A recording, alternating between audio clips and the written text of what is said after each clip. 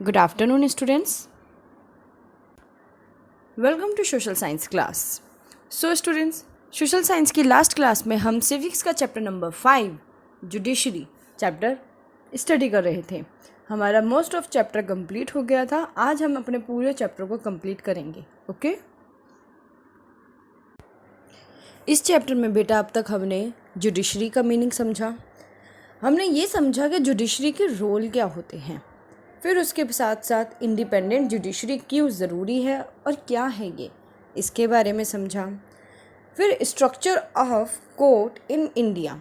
India में court के structures कितने पार्ट्स में डिवाइडेड हैं, कितने लेवल में डिवाइडेड हैं, हमने इन पॉइंट्स को समझा. तो कितने लेवल्स में डिवाइडेड है? 3 लेवल्स में. First supreme court, second is high court and third is district court. ठीक है. फिर ये जानने की कोशिश करी कि क्या ये तीनों ही लेवल के कोर्ट एक दूसरे से इंटरलिंक करते हैं, इंटीग्रेटेड हैं. तो इसका आंसर है यस. तीनों ही कोर्ट एक दूसरे से इंटीग्रेटेड रखते हैं, लेकिन सुप्रीम कोर्ट सबसे सुप्रीम है, उसके ऑर्डर को हर कोई मानता है. लेकिन डिस्ट्रिक्ट कोर्ट का अगर डिस्ट्रिक्ट कोर्ट से कोई भी पर्सन जस्टिस नहीं मिलता तो वो हाई कोर्ट में अपील कर सकता है. एक तरीके से जो अपीलेट सिस्टम होता है वो ही इन तीनों कोर्ट्स को एक दूसरे से इंटीग्रेट रखने का काम करता है. ठीक है. फिर हमने एक एग्जाम्पल समझा था, जो डाउरी केस का एग्जाम्पल था, लक्ष्मण शकुंतला का एग्जाम्पल. फिर हमने इसके लीगल ब्रांचेस समझे कि हमारे इंडिया में 2 टाइप ऑफ लीगल ब्रांचेस हैं. First is criminal law and second is civil law. Criminal laws में वो लॉज आते हैं जो क्राइम से रिलेटेड हैं, और सिविल लॉज में वो लॉज आते हैं जो डिस्प्यूट, मतलब प्रॉपर्टी को लेकर डिस्प्यूट होता है, घर में किसी बात को लेकर डिस्प्यूट होता है. इन सब चीज़ों को सिविल लॉज में शामिल किया जाता है. अब हम इसके आगे का स्टडी करेंगे कि does everyone have access to the courts. क्या हर कोई कोर्ट में पहुंच सकता है, या फिर क्या हर किसी की कोर्ट तक पहुंच होती है? देखो, एक चीज़ देखो, जैसा ये क्वेश्चन है ना, इसका आंसर उतना ही ट्रिकी है. जैसा ये क्वेश्चन है ना, उसका आंसर इतना ही ट्रिकी है. क्वेश्चन को ध्यान से समझो. क्वेश्चन ने बोला है कि क्या हर एक व्यक्ति कोर्ट तक पहुंच रखता है अपनी. कहने का मतलब ये, मेरे और आपके बीच में किसी बात पर लड़ाई हो जाए. सपोज़ एग्जाम्पल, मेरे और आपके बीच में किसी बात पर लड़ाई हो जाए, तो मैं तो हूँ पैसे वाली, तो मेरा क्या होगा, मैं कोर्ट में आपके खिलाफ केस दायर कर दूँगी, केस दर्ज करवा दूँगी. ठीक है, रजिस्टर करवा दूँगी केस. तो मेरा तो पहुँच है कोर्ट तक, लेकिन क्या आप भी उतने ही कोर्ट में मेरे खिलाफ केस रजिस्टर करवा सकते हो या नहीं? कहने का मतलब ये, इंडिया में हर तरीके के लोग रहते हैं, अमीर भी है और गरीब भी हैं. तो क्या हर एक व्यक्ति समान रूप से इक्वलिटी के साथ, अगर उसको जस्टिस नहीं मिला तो वो क्या कोर्ट में अपने केस को रजिस्टर करवा सकता है या नहीं? हर किसी एक व्यक्ति को इक्वलिटी के साथ जस्टिस मिलने का हक होना चाहिए या नहीं? इसी पॉइंट को हम समझेंगे इन पैराग्राफ्स में. समझ आई बात?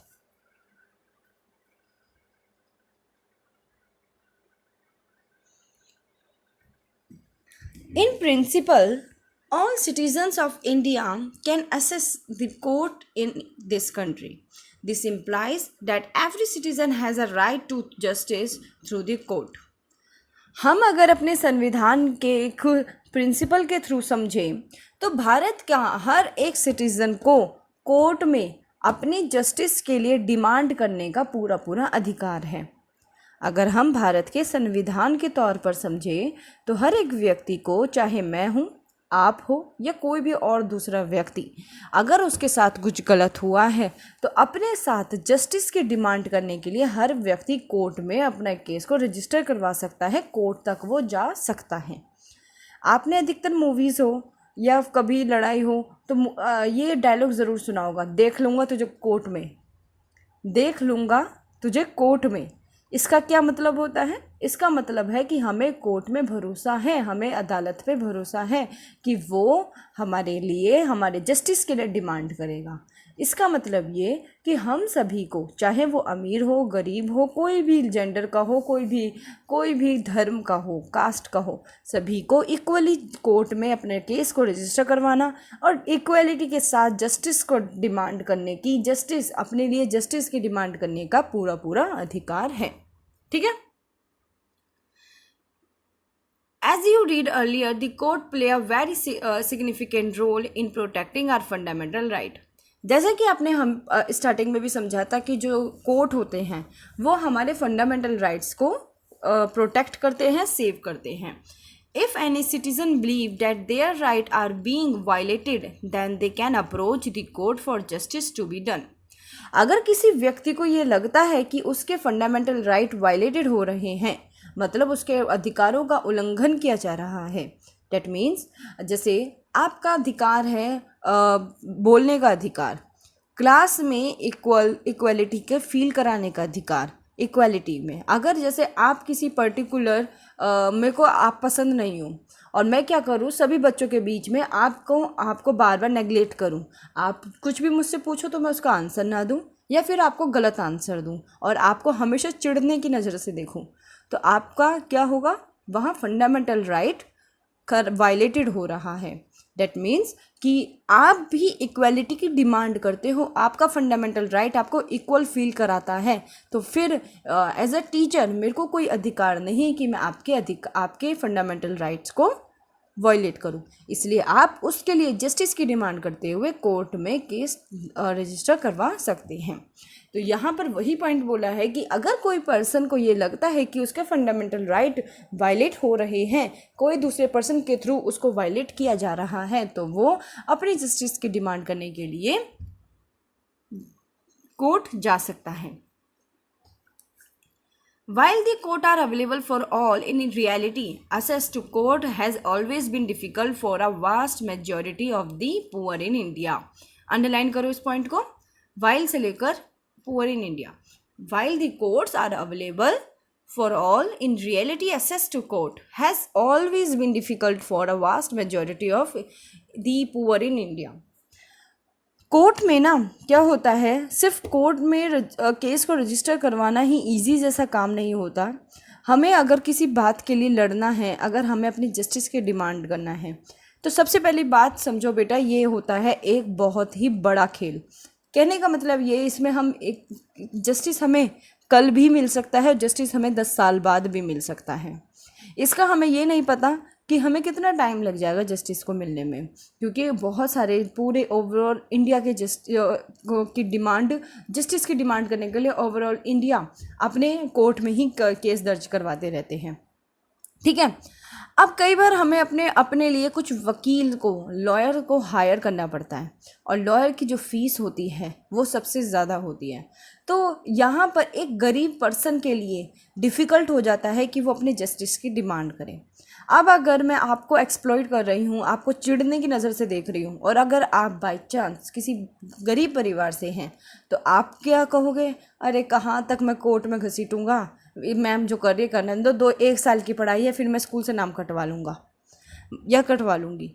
आपके मन में क्या आया कि चलो ठीक है, थोड़ी देर तक तो कर रही है ना मैडम, फिर मैं चला जाऊँगा यहाँ से। तो ये हुआ, आपने इस बात से डर गए कि कौन कोर्ट तक इतने लंबे टाइम तक जाएगा, कहाँ से लॉयर की फ़ीस को अरेंज करेगा। ये सभी दिक्कतें आप मतलब पर्सन जो गरीब व्यक्ति हैं वो फेस करना शुरू कर देते हैं। तो यहाँ पर ये जो क्वेश्चन है ना कि क्या सभी व्यक्ति कोर्ट में इक्वली पहुँच सकते हैं, तो आंसर है हाँ, सभी व्यक्ति को अधिकार है कि वो अपने जस्टिस के लिए डिमांड कर सकता है। लेकिन कई बार जो पुअर पीपल हैं वो कोर्ट में अपने जस्टिस के लिए डिमांड नहीं कर पाते, क्योंकि लॉयर की जो फ़ीस है वो हाई होती है, या फिर ये जस्टिस मिलने में कई बार टाइम लग जाता है, जिससे बेचारा गरीब उसको कई सालों तक नहीं झेल पाता। ठीक है। तो यहाँ हमारे ये आंसर आता है। लेकिन हमारी जो गवर्नमेंट है, हमारे जो जस्टिस सिस्टम है, ज़रूरी नहीं कि उसने ये कह दिया कि चलो गरीब नहीं कर पा रहे हैं और इस वजह से अमीर जीत जाते हैं। है ना, अमीर केस जीत गए। लेकिन नहीं, ऐसा नहीं है। इसके अलावा हमारे जस्टिस सिस्टम में कुछ दूसरे सिस्टम्स को भी ऐड किया गया है, जिससे हम ये बोल सकें कि सभी व्यक्ति को इक्वली कोर्ट में अपने लिए जस्टिस की डिमांड करने का अधिकार है। वो तरीका कौन सा है? वो है बेटा PIL का, पब्लिक इंटरेस्ट लिटिगेशन। देखो समझो एक पॉइंट। अभी मैंने इस पैराग्राफ में एक पॉइंट समझा कि जो अमीर कहने के लिए अमीर हो या गरीब, किसी भी धर्म से बिलीव करता है या नहीं करता, हर व्यक्ति को, इंडिया के हर सिटीज़न को इक्वली कोर्ट में अपने लिए जस्टिस की डिमांड करने का अधिकार है। First point. सेकंड पॉइंट, लेकिन कई बार ये सीन देखा गया कि जो अमीर पर्सन है वही कोर्ट में अपनी जस्टिस की डिमांड कर पाते हैं और बेचारे गरीब अपने जस्टिस की डिमांड नहीं कर पाते। थर्ड पॉइंट, अब ऐसा हम क्या करें कि गरीब व्यक्ति भी अपने जस्टिस की डिमांड कोर्ट में कर सके? उसका तरीका आता है बेटा public interest litigation. In response to this, the Supreme Court in the early 1980s devised a mechanism of public interest litigation or PIL to increase access to justice. It allows any individual or organization to file an PIL in a high court or the Supreme Court on behalf of those whose rights were being violated. Underline that point. देखो यहाँ एक point ये समझाया गया है, चलो मैं इसको नेक्स्ट पार्ट में समझाती हूँ आपको। ओके।